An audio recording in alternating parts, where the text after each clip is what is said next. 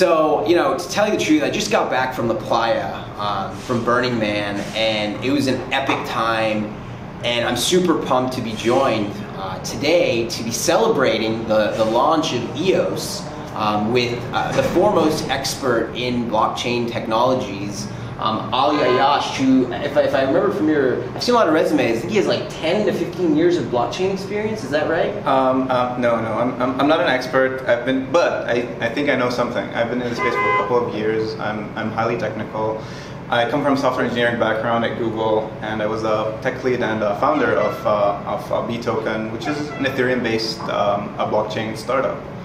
And in recent years, looking into EOS. And yeah, actually, so you do have experience building on Ethereum, right? Correct. Yes. So could you explain kind of simply what really differentiates EOS versus Ethereum? Yeah, that's a good question. So EOS is just another blockchain, just similar to Ethereum, where you can build decentralized applications. There's the same concept of smart contracts, and you can build like pretty much any project that can be built on Ethereum can also be built on EOS.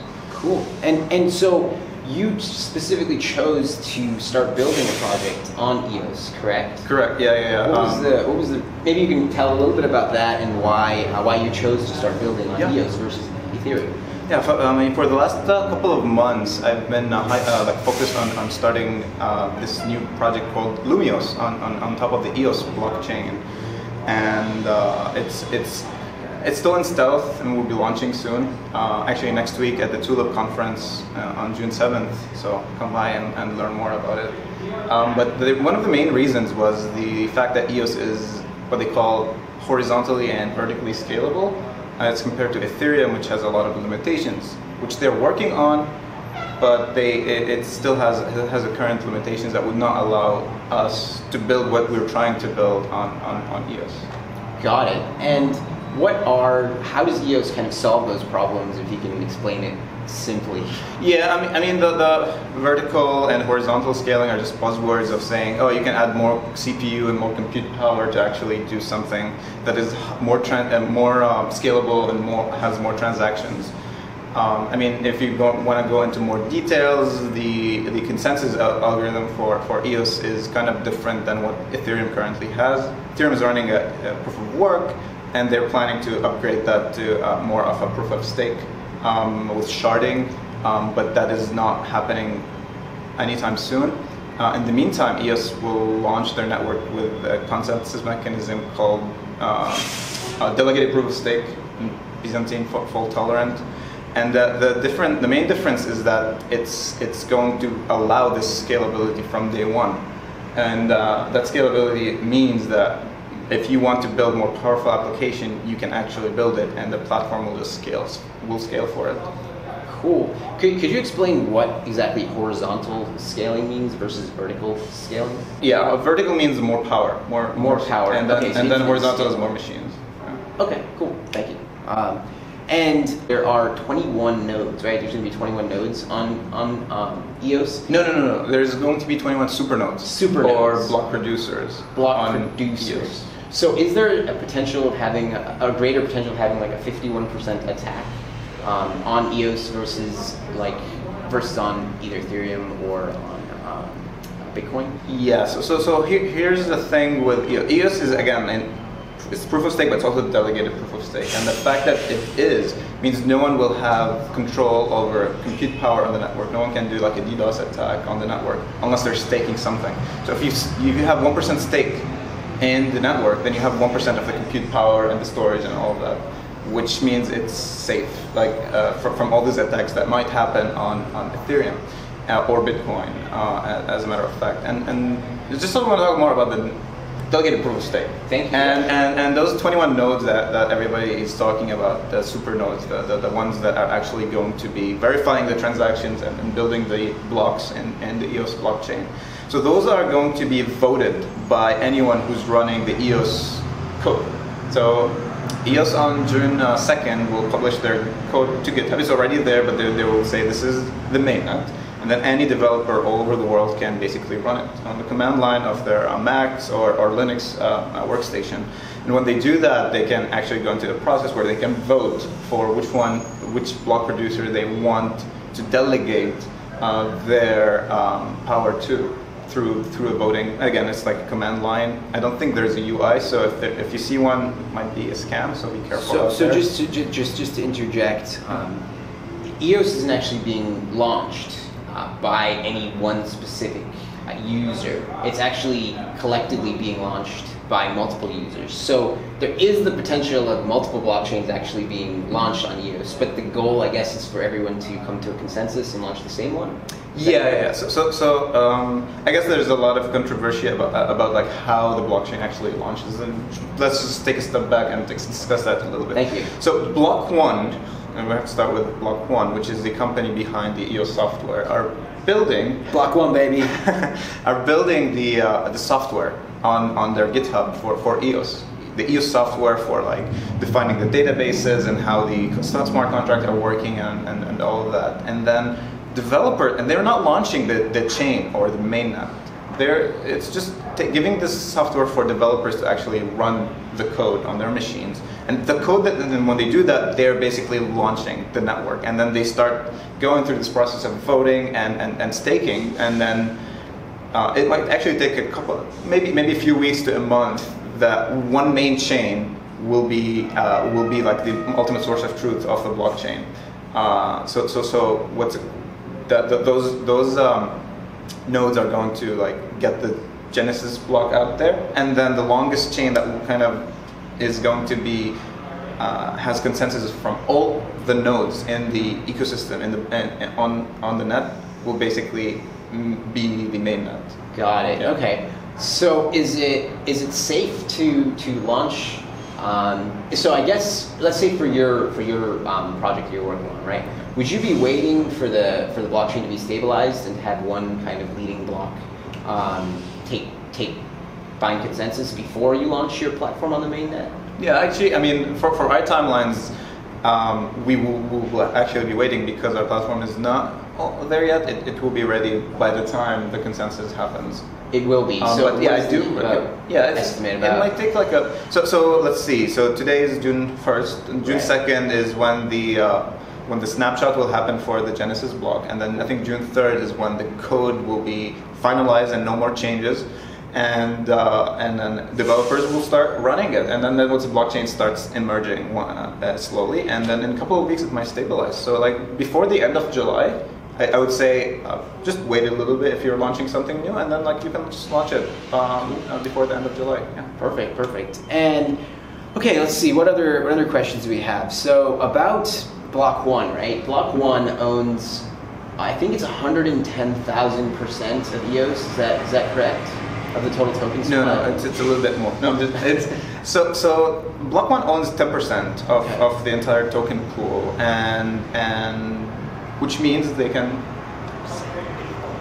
Well, that means they cannot control the network. So if anyone tells you that it's centralized and these guys can control anything, no, they're not. They're not launching the mainnet. They're giving it to everyone to launch, and yeah, just like when most software projects say that we're giving out 10% for the team, that's what they're doing. And got it. And so there has been a lot of controversy, right, around EOS. So could you kind of get into that, maybe a little bit of the politics as to what's really going on, so we can get that out of the way and focus on the tech? Yeah. So here's the thing with EOS. EOS has been running in ICO for the last 300 days. Actually, it ends in less than 24 hours. So they started in similar time last year with the token sale. They ICO'd on top of the Ethereum blockchain, and they generated the ERC20 token, which is the EOS token that you know today. But they collected around over $2 billion, making them the biggest ICO ever. And all of that was raised in Ether too. Well, that too. But all that money was raised into an idea and something that has not been proven yet. And to people that might be a red flag. But that money is being used for building a new blockchain. So think of Ethereum when it first started. It didn't have the same tools that they are today, like think of Etherscan and the good wallets and all of this. And the money that is being raised today for the EOS blockchain will be used for developing of all these tools and cool infrastructure for developers. So, fun fact people might not realize, the Ethereum project almost did not launch. They actually ran out of money, and they required a bailout from a I guess it was essentially like a bank. That's ironic. Out of Japan, I think. So the fact that they raised a lot of money, EOS raised a lot of money, could potentially be a red flag. But that's why we brought in our technical expert here, Ali, who by the way has also been published in Forbes and Medium, right? Anything else I'm missing? I've had publication in Hacker Noon and Cryptoverse and some others. Cool. Yeah, more to come as well. So, what's the Medium? Your sign or your name, your username on Medium? Yeah, I'm Twitter. I'm AKAYYASH on most of the socials out there. Definitely follow that. I try to publish every week, depending on how much I have on my plate. Cool. Yeah. Sorry. So we'll get back on target. So we're going back to EOS, and so they raised $2 billion, let's see. So you started building on the project. Well, what about all of that background? You know, the John Oliver. So a lot of, I think, which really offended me and all my bros. So. Yeah, a lot of people have heard about EOS after John Oliver started mentioning it in his show. I think they just mentioned mostly the controversy around Brock Pierce being involved in the project and some scandals related to him. I think that since then the EOS team, or the Block One team, has been like, he phased them out completely, and now the faces of the company are basically the CEO Brendan and then the CTO Dan Larimer, which have been like basically taking control of everything else. Yeah, you've spoken quite highly about Dan Larimer. I haven't met Dan, but you refer to him as the Vitalik of EOS, right? Yeah. I mean, he has the. What's his credibility, maybe? Like, well, what's his background? He's the founder of Steam and BitShares and basically the Graphene open source project. Which, I mean, if you think of it, EOS is the second version or the more improved version of BitShares. BitShares is one of the first delegated proof of stake blockchains out there for exchange, basically building a really good decentralized exchange with high volume. And he definitely has a credibility, and he is actually has the reputation, at least in my mind, as being the Vitalik of the EOS blockchain right now. Cool. And you could tell everyone, you could share everyone your crazy dream. Your vision. I mean, I really hope like one day I can like just bring them both together and maybe interview them at the same time. There have been some like different back and forth between them on like Twitter and other channels. Mostly like somebody criticizing Ethereum and the other one criticizing EOS, and those bring me joy. I agree. You know what? I think that we should just have more love in the world. Yeah. Give me a hug. Yeah. This is what we want from you, Vitalik. We want more love in the world. So, all right, let's get back to it. So now we have what's apparently a real blockchain that's going to be launched, right? So this isn't. So this project is going forward despite what controversies may be out there. Yeah, I looked at the code. I looked at the GitHub, and it's there. I mean, you might hear on some news channel. I think, especially lately in the last few weeks, you hear a lot of I think mostly coming from China. A lot of news outlets spreading so much FUD around the project. There's like last minute bugs pushing away the launch, and I mean, just go to this. For me as an engineer, whenever I hear something, I'll just go to the source code and look at the GitHub, look at the bugs, and there's like the platform is ready for a mainnet launch. If there is any bugs that will happen, and basically they can be fixed even after the fact. That's one thing about the EOS blockchain I like, is the fact that it's actually versatile to these kind of issues, and it can be fixed very quickly and then implemented without having to block the entire, without having to have an incident like the DAO on Ethereum, for instance. Yeah, you mentioned also that everything is going to be on chain, right, versus in Ethereum. I heard what you said, but I didn't quite understand. What does that exactly mean? Yeah, so I mean, this was in a conversation we had offline. One of the limitations of Ethereum is it's expensive. You have to pay gas in order to do any kind of transaction.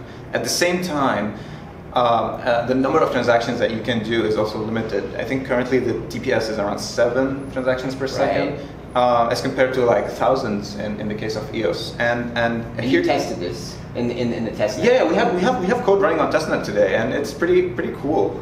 And so the main differentiator between the two is that with EOS, you stake tokens, and then every single transaction will be free. As long as you have enough compute power for your users, any number of transactions are going to be free. With Ethereum, we go to a different kind of design when you're designing software. Okay. Free transactions. Yeah. EOS. EOS is, and I think it's the only blockchain I haven't heard that has zero transactions, free love, baby. Yeah, exactly. And with Ethereum, like as an engineer developing an application on it, you need to use the fact that the cost as another thing to worry about, in addition to like everything else, like scalability and number of transactions whenever you're trying to do something on chain. And that way you're limited with the most important aspects of your project will go on chain, and then a lot of other things might go off chain. And I mean, I can talk about more technical details about like different patterns. For instance, if you want to store a big amount of data on the chain, what people usually do, or what developers usually do, they just like hash it, store it on their database, and then put the hash on the blockchain to make sure like there's no data being chained. In the case of EOS, if you have like a megabyte of data you want to store on chain, make sure you have enough EOS staked on the chain as a developer of the dApp. And then you can store that amount immediately. Got it. I see. So that's why people are incentivized to hold on to their EOS versus spending it. Yeah. And that's the incentive structure for the usage and kind of mainstream adoption of the platform as a whole. Yeah, and that's like one of the best parts is that you're not losing this EOS. You're just staking them for a while until your application, until that, maybe if you want to descale after some point, you had 100,000 users for like a couple of days, and then it went down to 1,000. Then you can actually take your EOS back and reuse it. Like today, if you're building an application on Amazon, for instance, and you scale up, you paid like $100 that month, and you lost that money. It's out, it's gone. But in the case of EOS, you stake like 1,000 EOS on the platform, and then you can have 500 back and keep the remaining ones to keep your application running. So. And is there going to be an exchange to buy and sell the EOS tokens? I realized that while it was ERC20, there was a way to trade and buy it, but what's going to happen once it moves over to once all the tokens are registered? Yeah. So there's this. So here's the thing. There's a current EOS token that you can buy on Binance or any other exchange is an actual ERC20 token. It's an Ethereum-based token, and there's this concept that EOS had for one-to-one mapping between the EOS token on Ethereum to their new blockchain whenever that launches. And that's called registering your address, which you actually need to do before the end of today in order for your address to be publicly used in the public EOS service announcement. Yeah. Make sure you register your EOS before the end of the day. Yeah. So you will have your public address, and then your tokens will just like move forward to the new chain throughout June timeframe. So what's the incentive for me to either buy EOS or kind of get it registered before the end of today? Because I just had like an epic week on the playa, and I don't want to get back into electronics and the internet and the world. Yeah. So one of the main reasons to actually register your tokens is because EOS has a lot of airdrops. Like every single project will basically airdrop tokens on. Our project will do the same, and if your tokens are registered before the end of before today, they will be eligible for any airdrop that is going to happen in the next few really cool projects that are being developed today on EOS. But like if you hear somewhere that you're gonna lose them if you do not register them, then you're not gonna lose your tokens if you don't register them. I even read like recently that Binance is going to do like the token swap for you so that you don't have to worry about it. But I'm not sure on the details. I'm a keep your private key kind of guy. And so once you register them, you can just use them. Especially for the airdrops. When we met last week, that was something that convinced me to buy some EOS tokens. And this is not financial advice. This is us just playing around. We don't own major stakes at all in the platform. So the airdrop is coming. and that would provide free tokens to how many number of applications have been launched or are already being built on? Yeah, there is a lot of big applications in the pipeline right now. I know of at least 20 really promising projects that are going to be launched sometime this year, and most of them are doing airdrops. Yeah, like does that become a security? I know you're doing an airdrop, right? Yeah, we're doing an air. So I mean, EOS itself as a token might be a security token, but you can still launch. In Ethereum it's called ERC20, in EOS it's called EOSIO.token interface. You can still launch your EOSIO token interface cryptocurrency that can be utility or security based on how you develop the platform yourself. Got it. And we spoke about this. That's why I brought this up. You are allowed to do an airdrop before the EOS token is actually launched because there's no actual value of it, right? So it's not deemed a security. Well, again, it depends on your model. The way we're doing it, Lumeos, is yes, we're focused on the fact that it is a utility and we'll just airdrop the tokens early on. We will not allow you to use it outside of our platform. I'll have a lot more information coming soon. Great, cool. Yeah, so maybe we can make our next video about your project after you launch your Tulip. Okay, sure. Cool. Sounds good. Sounds good. So yeah, make sure you click subscribe to this channel, and you want to follow Ali and his project and just his overall knowledge of blockchain technologies by Medium or by following him at Twitter at, what is it again? Yeah, Twitter plug again, AKAYYASH. All right, cool. Thanks very much, man. I appreciate it. Yeah. Gotta hug it out, heart to heart, man. Totally.